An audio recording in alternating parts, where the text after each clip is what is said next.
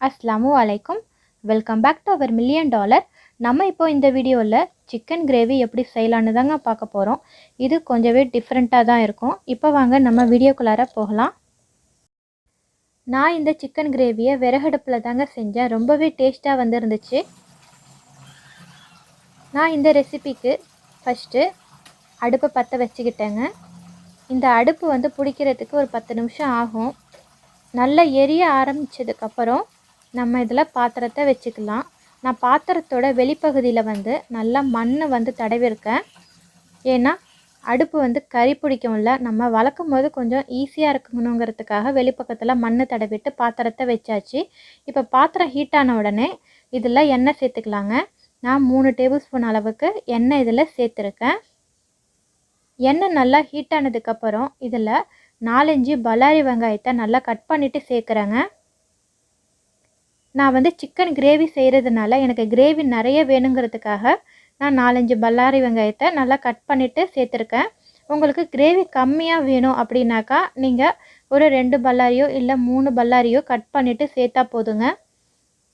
இப்போ நான் இதை எல்லாத்தையுமே எண்ணெயில் நல்லா ஃப்ரை பண்ணிக்கிட்டேங்க.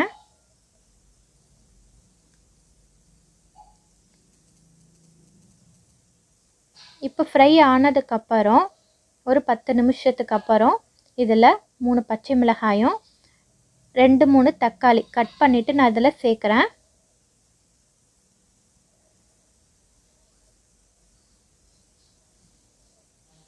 இதில் கொஞ்சமாக மல்லித்தலையும் புதினா தலையும் நான் இதில் சேர்க்குறேங்க. இது சேர்த்தா இன்னும் நல்லா டேஸ்ட்டாகவும் மணமாகவும் இருக்கும். இப்போ எல்லாத்தையுமே எண்ணெயில் நல்லா வதக்கிக்கலாங்க.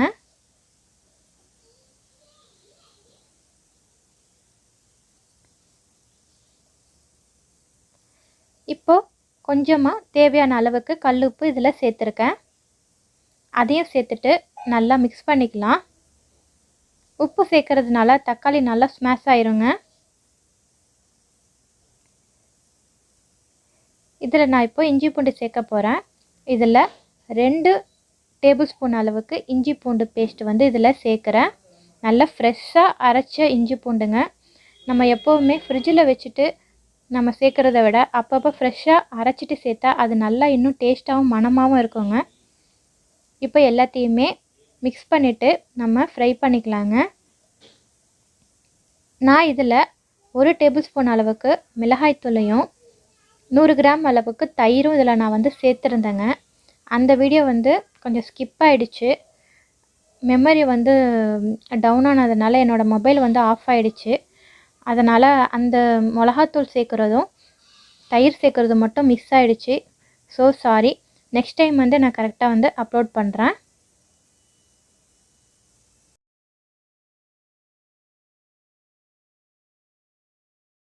நான் மிளகாய்த்தூள் தயிர் சேர்த்ததுக்கப்புறம் எல்லாத்தையுமே நல்லா இதுமாரி மிக்ஸ் பண்ணிக்கிட்டேங்க. ஒரு 5 நிமிஷம் அந்த எண்ணெயிலே நல்லா ஃப்ரை பண்ணதுக்கப்புறம் நான் இதில் சிக்கன் சேர்க்குறேன். எண்ணெய் நல்லா பிரிஞ்சு வந்ததுக்கப்புறம் தாங்க நம்ம சிக்கன் சேர்க்கணும். அப்போ தான் நல்லா டேஸ்ட்டாக இருக்கும். நான் இதில் 1 கிலோ அளவுக்கு சிக்கன் இதில் சேர்த்துருக்கேன். சேர்த்ததுக்கப்புறம் இந்த மசாலாவோடையே நல்லா ஃப்ரை பண்ணிக்கலாங்க. இப்போ எல்லாத்தையுமே நல்லா மிக்ஸ் பண்ணியாச்சுங்க. இதில் நம்ம இப்போது மசாலா சேர்த்துக்கலாம். நான் மிளகாய்த்தூள் மட்டும்தான் 1 டேபிள் ஸ்பூன் அளவுக்கு ஃபஸ்ட்டு சேர்த்துருந்தேன். இப்போ பேலன்ஸ் மசாலாவை நம்ம இப்போ இதில் சேர்த்துடலாங்க. நான் இப்போ இதில் மஞ்சள் தூள் 1/4 டீஸ்பூன் அளவுக்கு இதில் சேர்த்துருக்கேங்க. அதோட இதில் 1/2 டீஸ்பூன் அளவுக்கு ஜீரகத்தூளையும் சேர்த்துருக்கேன். நெக்ஸ்ட்டு சிக்கன் மசாலா தனியாக சேர்க்குறேங்க. இது 1 டேபிள் ஸ்பூன் அளவுக்கு சேர்த்துருக்கேங்க. சேர்த்ததுக்கப்புறம் எல்லாத்தையுமே எண்ணெயில் நல்லா ஃப்ரை பண்ணிக்கலாம்.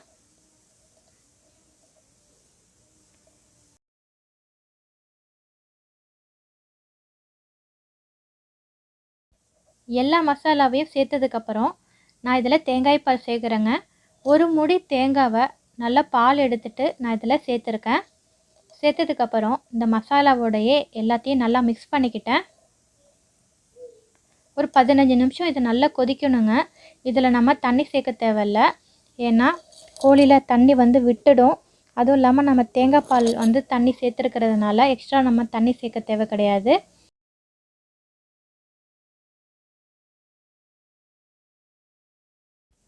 இது 15 நிமிஷம் நல்லா கொதிக்கணுங்க.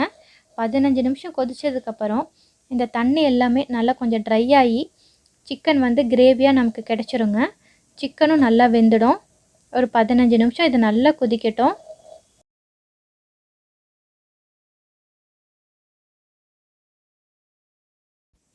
நம்ம அப்பப்போ இதை மிக்ஸ் பண்ணி விட்டுட்டே இருக்கலாம். அப்போ தான் வந்து அடிப்பிடிக்காமல் இருக்கும். நம்ம கேஸ் அடுப்பாக இருந்தால் சிம்மில் வச்சுருவோம்.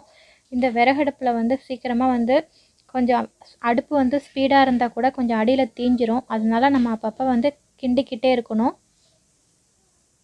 இப்போ நல்லா கொதிச்சிருச்சுங்க. கிரேவியும் நல்லா ரெடி ஆகிடுச்சு. இதை நம்ம இப்போது இன்னொரு பிளேட்டுக்கு ட்ரான்ஸ்ஃபர் பண்ணிக்கலாம்.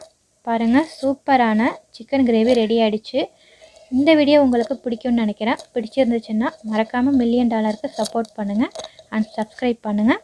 தேங்க்ஸ் ஃபார் வாட்சிங் and thanks for your support.